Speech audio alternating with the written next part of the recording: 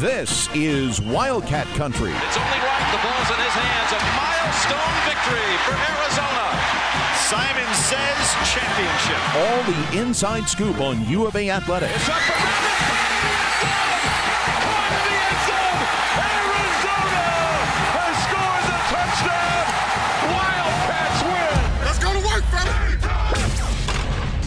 Welcome to another edition of Wildcat Country. Eric Cohen and Shane Dale. And, you know, it's like every week something happens in U of A world. You know, Shane and I brought this podcast back in August. We're like, oh, you know, there's no sports going on at the time being. Will we have any sports? Since then, we've had, 2 coaching changes, a national championship appearance from the national championship game appearance from the women's basketball team, which was unexpected. And now the women's softball team is going to Oklahoma City in the Women's College World Series. We're going to talk about that. We're going to have an Arizona softball legend who's also an assistant coach on the show. Shane will tell you more about that. And we're going to talk about the men's baseball draw. So it's a softball, baseball, College World Series type show. Shane, let's talk about the women's softball team first. I mean, I'll be honest. You made the pick last week saying Arkansas was going to win. I didn't disagree with you. So I didn't make a pick because we know my record of making picks. I was giving you a chance to look smart, Eric, and you didn't take it. That's the problem. No, I didn't. But I want to say this, Shane. You know, I've been rough on Candrea, on Coach Mike Candrea, saying, you know, he's not among the best coaches currently at the University of Arizona, even though he's the greatest all-time coach to ever coach a sport at U of A. I'm wrong. He still has it, and he proved it this weekend by beating a really good Arkansas team in Fayetteville. Really glad to see these girls advance to Oklahoma City once again. Yeah, and like I said on Twitter, Eric, my prediction of Arkansas defeating Arizona was for motivational purposes only, because I know that every member of that softball team is a devoted listener to Wildcat Country, and they're going to use this as total bulletin board material, and it worked. It worked like a charm. So you're welcome, and we'll just leave it at that. I don't expect anything else. Just, you know, not even a thank you. I said you're welcome. We're good. All seriousness, I was stunned. I was stunned that stunned. I would not quite as stunned as I was that when the women's basketball team defeated Texas A&M and Indiana to get the Final Four. I was stunned not necessarily that they won, but they did it in such convincing fashion. I mean, the second game was a bit touch and go for a while, but by the end of it, it was pretty much a done deal. The first game they destroyed Arkansas 10-4. And, you know, I think this time of year it comes down to pitching. And I mentioned that, you know, Arkansas, their top 2 pitchers, and I think the pitcher on Saturday is named Autumn Storms, which is perfect. But they were, in terms of statistics, better than Arizona's top 2 pitchers. And it wasn't that close, really. And I think this time of year it usually comes down to pitching. And Arizona just their bats just got hot at the right time, and full credit to them. I didn't think it was going to happen. I love that it did. I'm very happy for the seniors who had to all wait, you know, after last year and in the pandemic, and they all decided to come back. Like Parker told us before the season, it was a no-brainer to come back. But, you know, between that and it was sort of a rough season, at least for Arizona's standards and their expectations, then to go into Fayetteville and just whoop the Razorbacks like they did, I was maybe stunned isn't the right word. Surprised, pleasantly surprised that not only did they won, but they did it in a 2-game sweep, and they got to take the next day off. And I loved it. I loved every bit of it. I love being wrong. I'll keep picking against them if they can keep doing this. It's just, you know, it's amazing, Shane. Just the all this stuff happening in the spring. You've got the women's basketball team going on ended the regular season kind of blah, and then they go and they make a run to the national championship game one shot away. You got the women's softball team who we were like, well, they didn't end the regular season that great. They were really not that great of a road team, about 500 on the road. UCLA takes 3 out of 4 at home. We're like, okay, well, if they get to the second round of the NCAA tournament, you know, make it to super regionals, cool, that's great.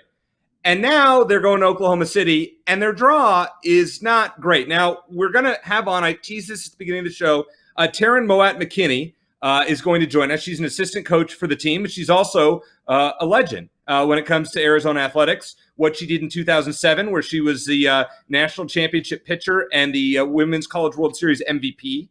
So she's going to join us. We're going to ask her more about this. But Shane, looking at the draw with Alabama, the 3 seed, and then if you win that, UCLA, the 2 seed, that's brutal. I'm not going to lie. Arizona's got a really tough draw. And at this point, I'm just happy they got there. I think anything above this is, you know, if they advance further, it's kind of like, you know, free money, house money. I was really hoping Virginia Tech was going to get rid of UCLA. Because they won the first game, and then UCLA won the last two. So that was the kind of chance to get rid of the Bruins, because we saw what UCLA did to Arizona a couple of weeks ago. They took 3 out of 4 in Tucson. So I think the Bruins are probably the favorite. But look, we talked about how rare it is for major upsets to occur in the women's basketball tournament, right? And for Arizona to advance the championship game as a 3 seed was remarkable. It rarely happens. Rarely did teams pull those kinds of upsets multiple games in a row, including over UConn once they got there. Upsets are a bit more common in the Women's College World Series. 5 seeds, 6 seeds, 10 seeds have all won the whole thing. The lowest seed to ever win was 10 seed Oklahoma in 2017. They knocked off top seeded Florida in the championship series. Now, Arizona advanced to the championship rounds, a 10 seed in 2010, and they lost to number 5 UCLA. So Arizona now is the 11 seed. They would be the lowest seed, I believe, to ever win it all, but not by much. The precedent is there where if you get hot at the right time, it's not a shock to see the one, if top seed Oklahoma or 2 seed UCLA gets knocked out. It wouldn't be quite the stunner as, say, like top seeded UConn or top seeded Stanford in the women's NCAA tournament. So all bets are off at this point. And if the bats stay hot and, Alyssa Denham and Hannah Bowen keep turning the performances that they do, I'm not necessarily expecting them to shut down any team they face there because they're all great. But, if they're able to turn in, 2-run, 3-run performances, give some of the seniors like Jessie Harper a chance to get hot with the bats. And Carly Scubin, by the way, a great freshman who's got an incredible future at Arizona, had a big insurance hit in that second game against Arkansas. Then I don't see why I wouldn't pick him because I just don't, because I'm a wet blanket or just because I just think there are other teams that are a little bit better. But at this point, I wouldn't be shocked if they won the whole thing at all. And I'm thrilled that they have the opportunity. Well, I think it's key. I mean, we'll see what they do against Alabama on Thursday. I think the game is 4:00 Arizona time on Thursday. Shane, is that right? Believe so. Yes. Yep. So Alabama, the 3 seed. If you can win that one, you're in the winner's bracket. And then maybe let's say UCLA goes down, in their first game when they face Florida State. So I mean, you never know. You beat Alabama, you get in the winner's bracket. Now, obviously, we saw the 2007 team go in the losers bracket and find their way to get to the final series, the best of 3. So it's not impossible. But game 1, if they lose that, it's the odds are so stacked against them. This is not the 1980 Arizona baseball team who lost right away and reeled off 7 or 8 in a row. I think, as you said, Shane, we kind of talked about this with the baseball team last week. You got to out-hit people to win games. You're probably not going to win with this team 2-0 games all that frequently. Right. Is that accurate? Right. Yeah, I absolutely. I agree, because this team is kind of interesting. It's really not like previous Arizona College World Series teams, because typically the Wildcats have a clear number 1 as far as a pitcher goes, whether it was Nancy Evans or Jenny Finch or Alicia Hollowell or Taryne Mowatt or Taylor McQuillan more recently. This year, it's been by committee. It's been a 1-2 punch of Alyssa Denham and Hannah Bowen. Alyssa pitched a great game against Arkansas. Like I said, that second game, she was lights out. We had her on the show a couple weeks ago. Thrilled for her as a 5th-year senior.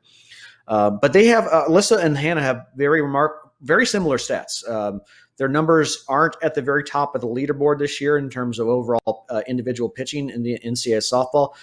But if they get 3-4 runs of support in any given game, they can beat anyone. So it's unlike previous Wildcat teams that have won the national championship. This team isn't going to win it all, like you said, with 1-0, 2-1 games. This team wins games more by the kinds of margins that we saw in Fayetteville, and at least that first game. And the bats are going to have to stay hot if they have any chance to make a deep run in OKC. And if they have a rematch with UCLA, they've got to keep it up, because the road doesn't get any easier. Let's talk to someone who knows a lot about playing in Oklahoma City in the Women's College World Series. Taryne Mowatt-McKinney going to join us here on Wildcat Country. When it comes to Arizona softball in Oklahoma City, there's one name that comes to mind for those of us over the last, let's say, 20 years, and that's Taryne Mowatt-McKinney, who was the ultimate star in 2007. She was the most valuable player of the Women's College World Series. And she won an ESPY award, which is just amazing. She had an incredible run, and we'll talk to her about that. But now she's an assistant coach for the Wildcat softball team, and we're very glad to welcome her to Wildcat Country. Taryne, thanks for joining us. The team just went and swept Arkansas in that 3-game series. down in Fayetteville. Did we really see that coming? I mean, where did this incredible postseason run come from after a kind of a slow end of the regular season? I'm not surprised that we came here and took the 2 games, the sweep of the Supers against Arkansas. The last couple of weeks, we've really been working on things, and they're finally coming together. I mean, throughout the whole season and in the off season, you're always working on things with the end goal being playing your best softball at the end of the year and come postseason. And I think these last couple of weeks of postseason, things have really started finally coming together, and all these little bumps in the road that we had to go through because we were working on certain things and trying not to get frustrated with the process, knowing that, or having faith, I should say, not knowing for sure because you never know for sure, but having faith that at the end of this season, it's all going to come together as long as you just keep with the process. Taryne, run me through what was going through your mind as the Wildcats make that final out in Fayetteville and clinch a spot in the Women's College World Series. That was so exciting. I mean, the first game, we definitely had the run support, so it was a little bit easier of a game in terms of pitching with the lead. And then that second game was a very tight game, and their pitcher threw an amazing game. I mean, her drop ball was breaking unbelievably. So we didn't really have a lot of room for error. And we kind of knew, and you knew from the beginning of the game, it just had the feeling of more of a pitcher's duel, that it was going to be a tighter game. And I think the inning where Arkansas scored their run, getting out of that inning, giving up just 1 run, even though they scored first, I felt like the momentum was on our side when we came in from that inning, because it could have gone a completely different way with them having the bases loaded. So getting out of that inning, giving up just the 1 run, and then having Alyssa hit the 2-run home run to take the lead, that was huge for us. And getting the extra insurance runs from Scoopin', that just going into the 7th inning really gave us a little bit of breathing room. You're never completely comfortable until the game is over and you're celebrating going to the World Series, but it gave us a little bit of breathing room to where we didn't have to throw absolutely perfect pitches and worry about giving up that home run, because they do have a bunch of home runs to tie the game and go extras. And finishing a Supers in 2 games rather than 3 games definitely saves our pitchers' arms. And we had Alyssa Denham on a couple of weeks ago, and she turned in a great performance against Arkansas. She and Hannah Bowen have become a great 1-2 punch for the Wildcats. They both had great performances in Fayetteville. Mariah Lopez, Devin Netz have come up big in certain moments as well. What do you enjoy most about this particular pitching group? And do any of them remind you of yourself back in your playing days? The thing I love about this pitching group is they're all very, very different. And they haven't all been on at the same time throughout the year. We've had some that have been on this week, and then they've had a down week, and another pitcher has had to kind of step up their game and be on that week. And so they've really kind of all worked together in knowing that it's not going to be one pitcher that's going to take us the whole way. And you've kind of seen throughout the season, we've had different, I guess, Friday night starters compared to just week to week. And then come regionals, Mariah really stepped up, and she got the 2 wins against Ole Miss. And even Devin, you've seen glimpses of her throughout the year coming in big moments and just getting that experience. So I've really enjoyed working with these pitchers in terms of just how they they know when somebody isn't at their best that they need to step up, and they've kind of traded off with that. So I think that's really been fun to work with them in those terms. And I think Bo would probably be the one that would remind me of myself the most, probably because of her stature, being shorter.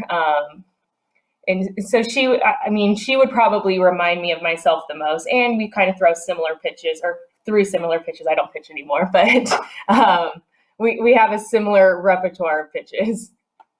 All right, I'm going to stick to the cliche here, Taryne. Tell me how this team in 2021 is comparable to your '07 team. I think this team has a lot of stars on it, and I think our '07 team didn't have a ton of stars and big names, but as a team, everybody had their role and everybody kind of stepped up in the moment. And I think with this team, we have a lot of great athletes. And I think at different times we've had different players step up in the moment. I think the similarity between this team and '07 is the senior leadership. This team obviously has more seniors, 7 of them that are starters. But in '07, our senior leadership with just the 3 seniors that we had in Caitlin, Foxy, and Chelsea, they were huge. And however they win and whatever they said that we needed to do, we did, because we knew that they wanted to win and they had the best intentions, and they worked hard. And I think that probably is a very big similarity between this 2021 team and that 2007 team. Have you had a chance to look at the draw? Now you're going up against Alabama on Thursday, and then if you win that one, it's probably another game against UCLA, who, with Rachel Garcia, has been an absolute powerhouse. What can you tell us about Alabama and just your side of the bracket? Well, we're very familiar with our side of the bracket. We played Alabama last year at their place. We played them the year before at the World Series. Same thing. We just played UCLA, and 2 years ago at the World Series, we played UCLA in that same round, and then we played Florida State in a 3-game series earlier this year. So we're very, very familiar with our side of the bracket. So that's always a good thing, is having kind of that familiarity. But everybody's kind of stepped up their game this year from the last year and even the beginning of this season. So you see these teams progress, and it'll be fun to see how Alabama comes out and how they approach us compared to how they approached us last year, because we didn't face Montana Fouts last year in Tuscaloosa when we played them. So, Taryne, you've obviously been under the bright lights in Oklahoma City and in those big moments. Some of the players on this current team have, some haven't. What is it? Is it just a different feel when you get to Oklahoma City? And have you told some of those players who haven't been there what to expect and how to sort of calm their nerves and stay composed when they start playing games there? Oklahoma City is an experience and just a feel, an electricity that you can't explain. You can't fully explain unless you've been there. So you can try to put it into words and tell the players that have never played there before kind of what to expect. But until you've actually stepped foot on the field in front of the big crowds, and that just, it's an event. So it's more than just a game. It's an event. People are planning their year around attending this tournament, and it's hard to put it into words, and that feeling that you get and that excitement that you get when you step on the field. And I think in 2019, that was one of the biggest things with that team, was just getting that experience of being there. And now they know what it's like to be there. So they're more comfortable. And I think one of the things that helps us is they can kind of calm the freshmen that have never been there before. And kind of, they can just have that calming presence because they know what it's like. And that was kind of how it was when I was younger, going in my freshman year. I had no idea what to expect, but the players on the team that were older, they had all been there before. So it was more just kind of follow their lead. Taryne, one thing that's been a constant in Tucson has been the fan support. Back from the time you were playing until now, I'm sure it was tough not to be able to enjoy a packed stadium for most of the season, and then you had that support toward the end. From the time that you played at Arizona until now, what has the fan support, Tucson support for Wildcat softball meant to the teams you've played on and coached? The fan support, I haven't seen anything like it across the country. I mean, we've gone to some places where they have had great fan support, But it's a little bit different in different parts of the country. And the fans that we have here in Tucson, they really followed the players from when they have come in as 18-year-olds, and they continue to follow them as they grow up and become adults. And then even when they're in their 40s, these fans, they get involved and they love Arizona softball, and they love the players that come through the program, whether they're still playing here or whether they've graduated. And you can always count on that support. And I think throughout the year, not having the packed house that we normally do, we kind of had to learn to generate our own excitement, because years past, we haven't really had to do that. The fans have generated the excitement, and they've given us the advantage just by intimidating the other teams when they walk into the stadium. And so having to kind of generate that ourselves, I think the girls have learned how to do that. And then when we played in front of the packed house, that was one of the loudest games I've ever heard at Hillenbrand. The fans were amazing. They were loud the whole game, especially after the big strikeout that Mariah had. It gave me chills hearing it, because it had been so long since we had heard that moment. Let's go back to 2007. You're on the podcast. We have to ask you about it. You went from really good pitcher to national star in pretty much a week and a half, 2 weeks. Just talk about the run you went on when winning the national championship, and then the next month afterwards, you're winning ESPY awards. You're on SportsCenter. Explain what that whole experience, what that was like. That experience it's one of the best experiences of my life. I mean, being able to win a national championship with your best friends is amazing. And then the coverage that our sport had started getting at that point, with all of our games being on ESPN, it all kind of came together and put us in that spotlight. And it really, us kind of being put into the losers bracket losing the second game and going into the losers bracket and having to play every single day. Well, if you turned on the TV, we were playing.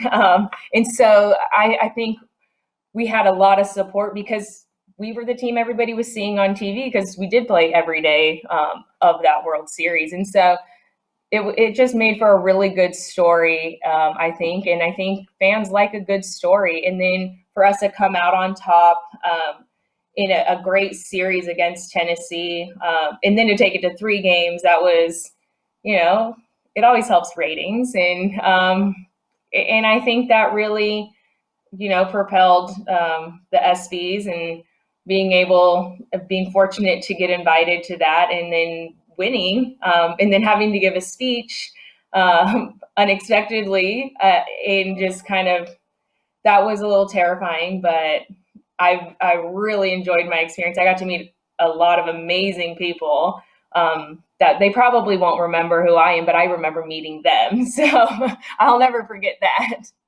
Well, and the one thing that was so amazing about your run is you threw every pitch. I mean, it was, what was it, like over 1,000 pitches when it was all said and done? How did your arm not fall off that whole week and a half, 2 weeks? I mean, that was just an incredible performance. It was a lot of pitches, and, it was tiring. And I tell anybody who ever asks me, at one point, you don't have a choice. You just keep going. So you start, the adrenaline gets you going. You pitch those first couple games, and then there's always that day, about day 3 or 4, that's the worst. And I remember being exhausted, incredibly sore. I could barely walk, but it took a lot of extra effort because everything just felt heavy. And of course, that was a day that we played a day game. So that was great. But then when you get past that day, it's like everything else feels great. You kind of just go numb. The worst day is over, and everything else feels great. And you know that you have the entire summer to rest. So, Taryne, Mike Andrea, needless to say, a legend in the softball world, maybe the biggest name in it. I'm sure he's going to get a statue at Hillenbrand at some point. Give us some insight into his personality, because we really don't get to know Mike Andrea really well outside of softball. He's kind of a private guy. Do you have any story that you could tell us, or like any kind of glimpse into his personality we might not know? The one thing I was really surprised to find out when I came back as a coach, was that he's actually kind of funny. He has a very dry humor, but it's hilarious. And you don't always catch his little under his breath jokes. And as a player, I didn't think he was funny. I thought he was terrifying. But now when I come back, he says some things under his breath. I'm like, oh, that was actually kind of funny. And I get it now. And I think as his career's gone on, and, he's been here, I think, 36 years, I believe, 35, 36 years. I think he's really opened up a lot more with the players and kind of letting them into his personal life. And I think that it helps that he now lives in Tucson. I know for the first half of his coaching career, he was commuting from Casa Grande. So it's hard to get to know him on a personal level when he's not around other than the softball field. But now, I mean, the girls get to know him and his family, and he's very open and giving life lessons, and you can always count on getting a life lesson from him every week. And so I think the girls enjoy getting to know him now. I went to high school in Casa Grande, so I know all about that drive. It's not a fun one or an exciting one. My last question for you, Taryne, and we appreciate you taking time. I know you got a flight to catch pretty soon to Oklahoma City. Tell us a little about your future goals. Are you looking to become a head coach at the collegiate level at some point? That's always an interesting question, because I think goals change. I mean, my goal to even get into coaching wasn't a thing when I was younger. I didn't think that I wanted to be a coach. I kind of fell into it and realized that I enjoyed it. As of right now, no, I don't have any aspirations of being a head coach. I really like the relationship that I get to have with the pitchers. And I think that relationship changes a little bit when you are a head coach, just with time demands and being in charge of everybody. And I think the one thing that I really, really enjoy about being a pitching coach is that I get to spend all of my time in the bullpen with them. And I get a lot of that extra time before practice or after practice. And I don't think you get that same amount of time when you're the head coach. That could be because I'm not the most organized person. I bet there are head coaches that are also pitching coaches that are like, oh, you can do it all easily. And they can say I spend just as much time with their pitchers. I'm not as organized, I don't think. And so I would be running around like crazy if I was a head coach and the pitching coach. But I really enjoy the relationship that I get to have with the pitchers and catchers in the bullpen away from practice. And because we throw a lot of our bullpens before practice. And so being out there kind of one-on-one, where they feel comfortable and relaxed to do what we love, pitch, play softball, but also ask questions and just have that time. I really cherish that part of being just a pitching coach rather than the head coach. Well, Taryne, we really appreciate you joining us. Glad to finally have you on Wildcat Country. You are a legend always for what you did at the University of Arizona in 2007, and we're glad to have you on the staff and glad to see that your team is back in Oklahoma City. Best of luck these upcoming next few weeks. Bring home another one, won't you? Thank you. Thank you for having me. Really glad to have Taryne on the show with us. Great to catch up with her. I've really wanted to talk to her for a long time. I mean, just a really heroic performance that she put forth back in 2007. I mean, seeing all the national exposure we got out of that, ESPN and ESPY Awards, everything like that. Just very cool to hear her recollections of it, Shane. And, she seems real positive about her team, as she should be. So maybe I can change my tune and pick them to win a couple games here in Oklahoma City. Did she do a good sell job on you? Yeah, no. In all seriousness, she's right. They're hitting the right note at the right time. Let's remember, this team was ranked, I think, number 2 or number 3 in the country, depending on what poll you were looking at early in the season. There's a reason for that. They had a lot of senior leadership. They still do, obviously. And it's about peaking at the right time. And maybe this team is doing that. We saw that in regionals in Tucson, and then they had the big rally against Ole Miss, and then they knocked out Arkansas like they were nothing. Really, it was remarkable. So it was great catch. First time I've had a chance to talk to Taryne Mowatt. It was great catching up with her. I remember watching that 07 series when she just dominated, and it gives me a lot of hope that they might be able to make a run. I'm thrilled they even got this far, especially for the seniors who had to sit out last year and wait and see if they're going to have a chance to play again this year. They got to play in front of a full house. I'm glad that, if nothing else, they were able to end their collegiate careers with a trip to Oklahoma City. And to me, whatever else happens, happens. All right, Shane, we teased it at the beginning of the show. We're talking about College World Series. And so now it's time to talk about the men's team, who had an interesting weekend. They took 2 out of 3 from, was it Dixie State? Is that right? Something like that? Mm-hmm.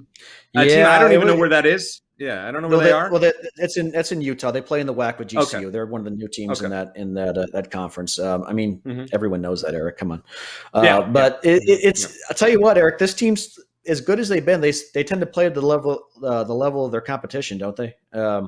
Like last weekend, we saw them beat Oregon State in Corvallis, rallied to win that game and clinch the Pac-12. Great win. Oregon State's a fantastic team. They usually have a great baseball team.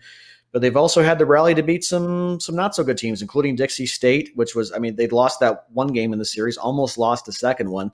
That was their worst loss of the year. They had the rally to beat a crazy 17-16 win over Washington, which finished toward the bottom of the Pac-12. So they have a great record. They're having a great year, but you do kind of a blind test. You look at the scores of these games, you couldn't really tell who they're playing, because they tend to play the level of their competition. And hopefully, at this point in the season, hopefully that continues, because they did not get a very favorable draw, in my opinion, in the Tucson Regional. All right. Well, you're going to talk about the Tucson Regional. I'm going to jump ahead just for a second. Actually, you know what? Let's have you talk about it, because I'm going to rant about the NCAA and their garbage selection process. But why don't you start by explaining why the Tucson Regional is so difficult? Well, if you look at the RPI. Just RPI. The committee didn't do Arizona any favors. They got a 5 seed overall, which is about where they should be. I think they could have gotten a 6, and that would have been fine. If you look at the teams in their draw, Oklahoma State has an RPI of 14, just 5 spots below Arizona. They had the 6th toughest schedule in college baseball.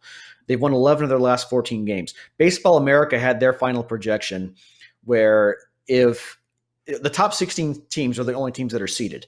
But if there were a number 17 seed, according to Baseball America, it would have gone to Oklahoma State. So that tells you that they're probably a bit underseeded and under-respected, and the committee did not do Arizona any favor by sending them to Tucson. You look at the other 2 teams. UC Santa Barbara has an RPI of 51. They have the best ERA of the 4 teams in that draw. And then GCU, which split 2 games with Arizona. They beat the Wildcats in Phoenix a couple months ago.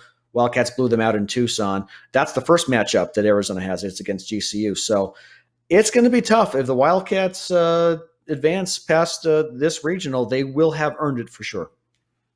Yeah, I think I'm confident. I would be shocked. How about this? If they don't make it out this weekend. I don't want to guarantee anything, because that's a jinx.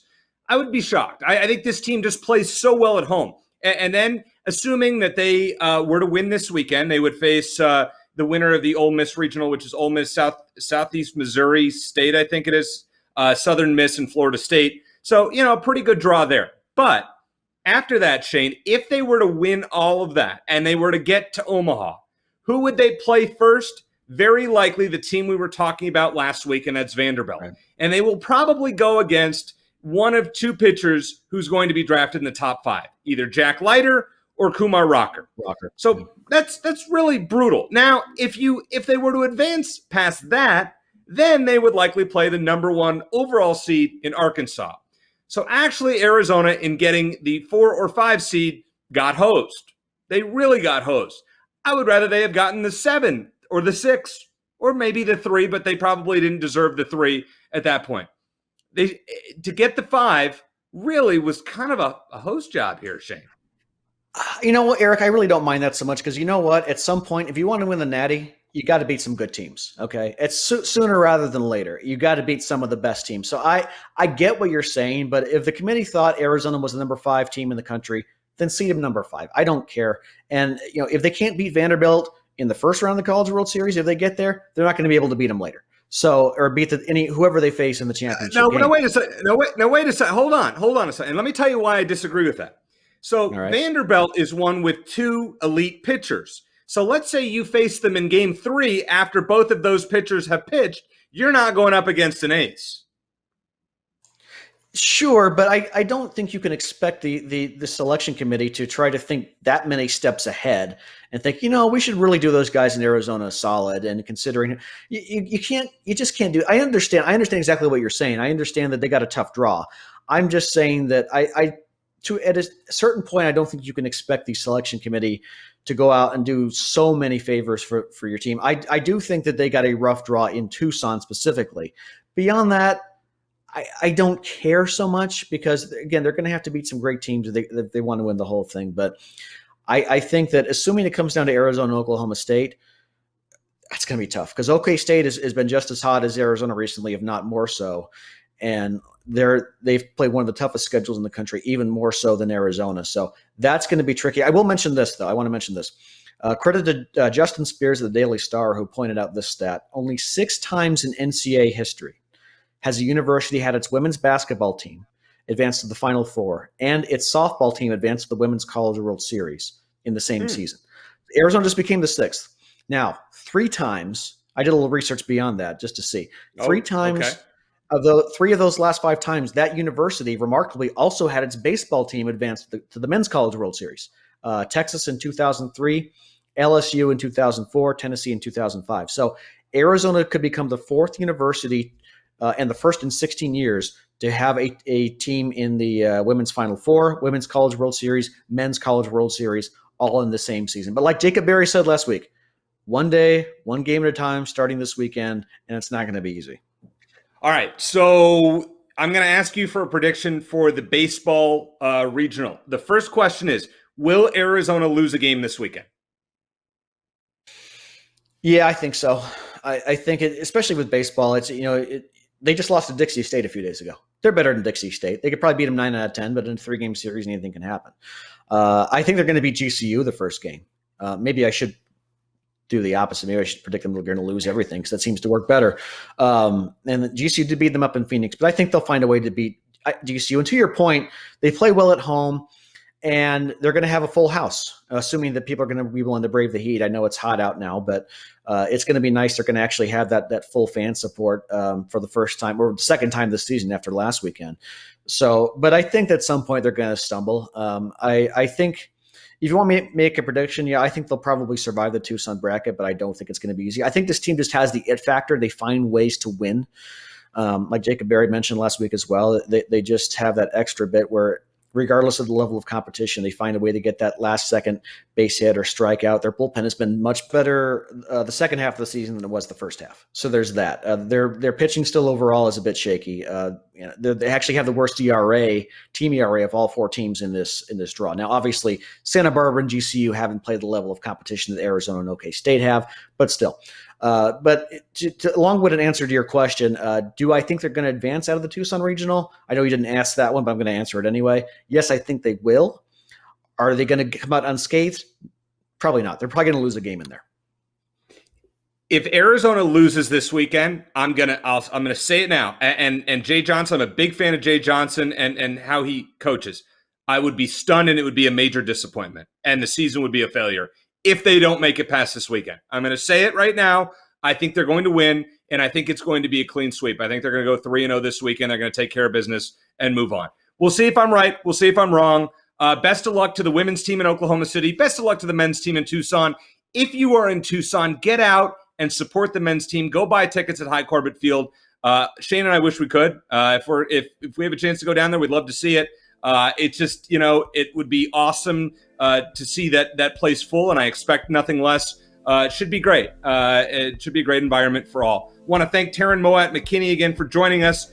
giving us a preview of the Women's College World Series in Oklahoma City, plus her memories from 2007 and her incredible run there. And Shane, next week we'll get back to talking more of football, men's basketball, and all the rest. But it's been a fun show. For my co-host Shane Dale, I'm Eric Cohen. As always, bear down.